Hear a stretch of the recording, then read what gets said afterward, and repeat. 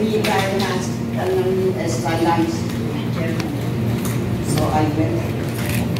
So, tinanong nila ko, when do you want to ask people?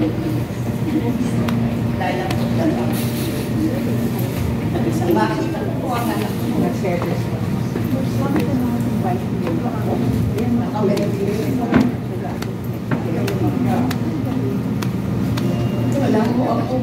Wala ho ako. Kulang po ako.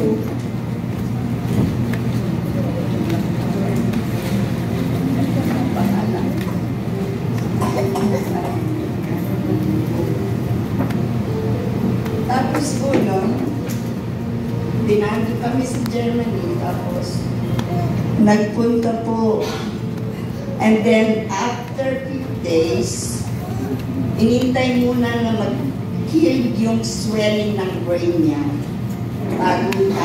bago ito transfer kami sa US. So, doon, nung dadali na siya doon, kasama doctor, nurses, doon sa plane na ginamit yung American plane na talagang pag-transport ng mga tao doon sa pumunta kami doon sa Walter Reed, sa Maryland, that is also the military hospital doon. Tapos po andun, lahat ng doktor, sinabi na, I'm sorry, Mr. Flores, it's not gonna make it.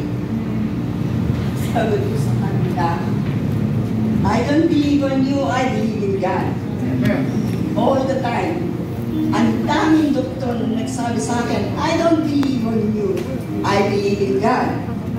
Yun lang ang sinasabi ko lagi sa kanila. At ngayon po, alam niyo po ba na wala talagang makausap, wala akong kakilala dahil nasa ibang kami, hospital. Tapos po sabi ko pa, nung ako na ang talagang nagano sa Panginoon. Panginoon, sabi ko, alam ko po na pinahiram niyo lang sa akin ang anak ko. At kung gusto niyo na po siya kunin, ibinibigay ko po sa inyo. Ibinabalik ko sa inyo, huwag niyo lamang kong pahirapan. Pero nakipag-bargain sabi na ko. Sabi ko, but Lord, you wanna give him back to me. He's made him complete. Yun ang aking binagay sa kanya. Kaya po nung ano na yun, nung tapos na-transfer po kami sa Florida, Lina Hospital ng VA. Doon siya, nandun pa rin. Alam niyo po ba, 3 years kami nasa hospital. Wala akong kakilala doon. Wala akong alam niyo po ba na ang kausap ko lang si Lord. Lagi ko siyang sinasabihan. Kasi ang pakiramdam ko talaga, katabi ko siya. Yun na lagi ko sinasabi sa kanya na titignan ko yung anak ko na sa bed. Siya ang kausap ko kasi wala naman akong kaibigan sa hospital. So sabi ko sa kanya, lagi ko siya kinakausap. Sabi ko, napapahala sa akin. Kung ako magalit, kung ako gustuhan niya, ipinibigay ko sa inyo. So, laging ganon, every day, 3 years na natin sa hospital. Talagang, hindi ako, alam niyo mo ba, na ang anak ko ngayon, tapos nung madi-discharge pa siya, sabi nung isang doktor, to tell you the truth, Miriam, he is not gonna walk. He gonna be like that, so whatever. Pero hindi, sabi, sagot ko lang, I don't believe on you, I believe in God. Whatever God says, I will believe. Sabi ko gano'n. But, sabi ko gano'n, I don't believe on you, I believe in God. Nung ma-discharge mo siya, naka-wheelchair pa. Tapos nung uwi po kami. Ngayon, nagte-therapy siya everyday. Dahil tinadala mo siya sa therapy sa hospital. And then, in 2 months, practice ko yung anak ko, lumakad, mag-ano, sa bahay. Pero may mga therapist yan. Tapos nung ano na, nung one time, nung na-start ko siyang lumakad na siya kayo. Dinala ko siya sa therapy, iniwan ko yung wheelchair sa parking lot. Pinalakad ko siya from there, going to the therapy. Nakakita ng therapist na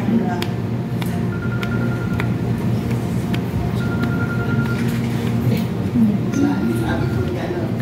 Tapos nung pumasok na kami kay Barbara, oh man, you are so great, you are so strong. Sabi ko, God, sabi ko gano'n.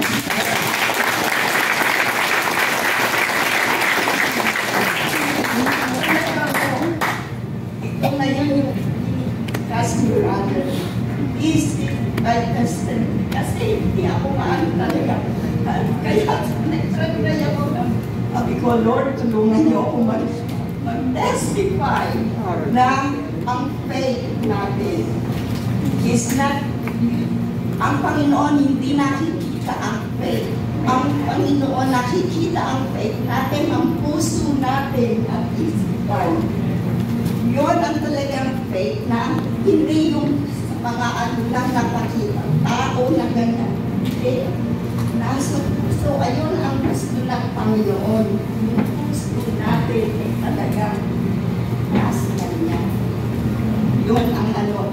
Kaya ngayon po, alam niyo, at saka alam niyo ho, nung nasa hospital mga 8 years, wala ho ako iniisip na mga ano yung ang blessing na binigay ng Panginoon sa akin na hindi ko alam. Alagad ng Panginoon. Ibig sabihin, kung galing ka sa ibang local church and you are a Christian, please, do participate. Pero kung hindi pa, just observe.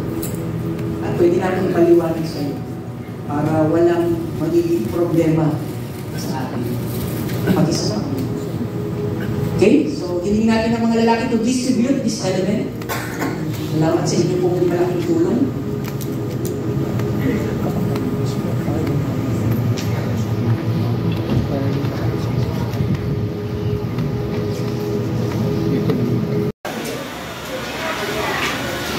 Bago ka maligo, sino sa inyo rito ang gustong maligo na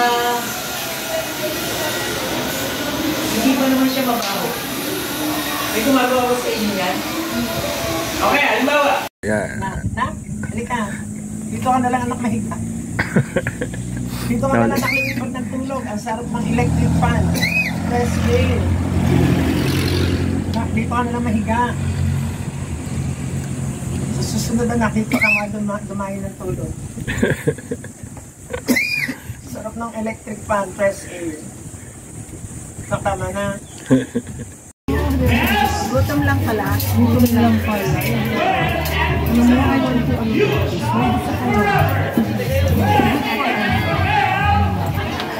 bakit tatlo ba ito? Dalawa. Bakit dalawa lang?